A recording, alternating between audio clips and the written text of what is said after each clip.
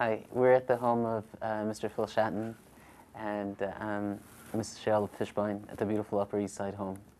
And as we look around, there's so many memorabilia from your ongoing visits to many different places where obviously Jews are in need. We also know that you're very philanthropic here in New York City with many different projects. And I guess my first question to you is, why the Jews of the former Soviet Union? You're involved in so many different things. What is it about the former Soviet Union that in any way captivates your heart and also obviously your support? Well, two different reasons. First, I've been very involved with an organization here in New York called the Marx JCH of Bensonhurst. And its claim to fame is that it's resettled 60,000 Russian Jews here in New York. And the second is I'm on the board of the Joint Distribution Committee. And through the Joint, became the chair of the committee that covered Moldova, Belarus, and the Central Asian states.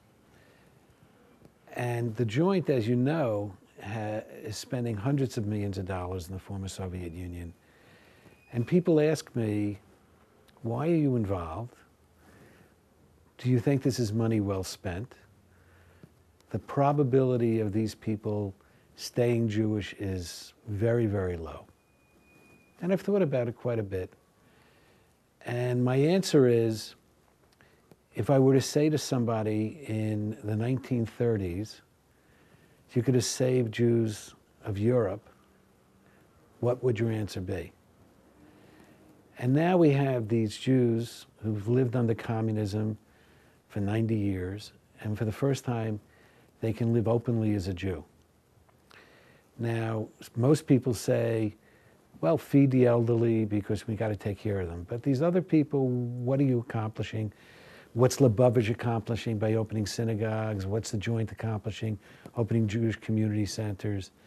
And my answer to this is, are there probably going to be significant Jewish communities in the former Soviet Union 20 years from now?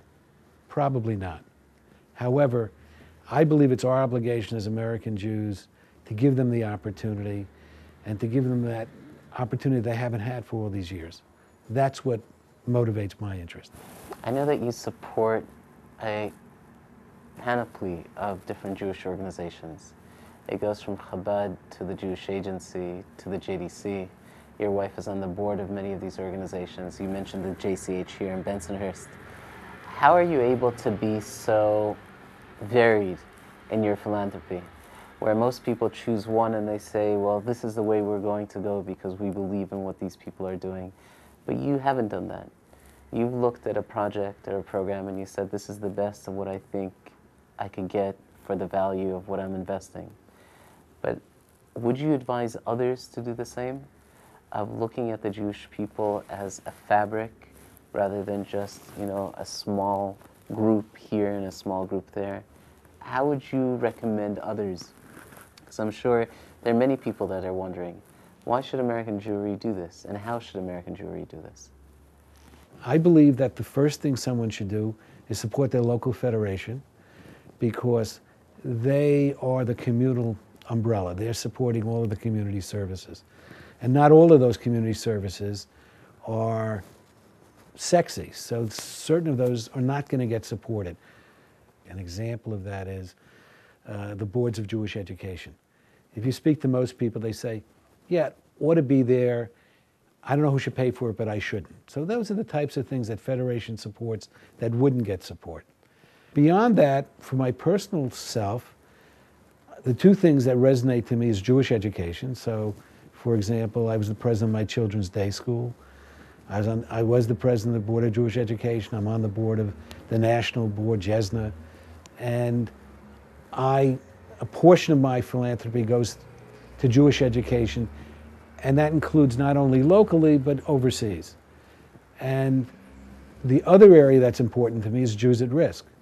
So that talks to the former Soviet Union, that talks to Eastern Europe, And I think everybody has to decide what resonates for them beyond that federation gift. And I think everyone has to decide for themselves. But you're right, my wife and I tend to be eclectic in our giving. There are things she is in favor of, not that I'm opposed to, but don't necessarily resonate to me.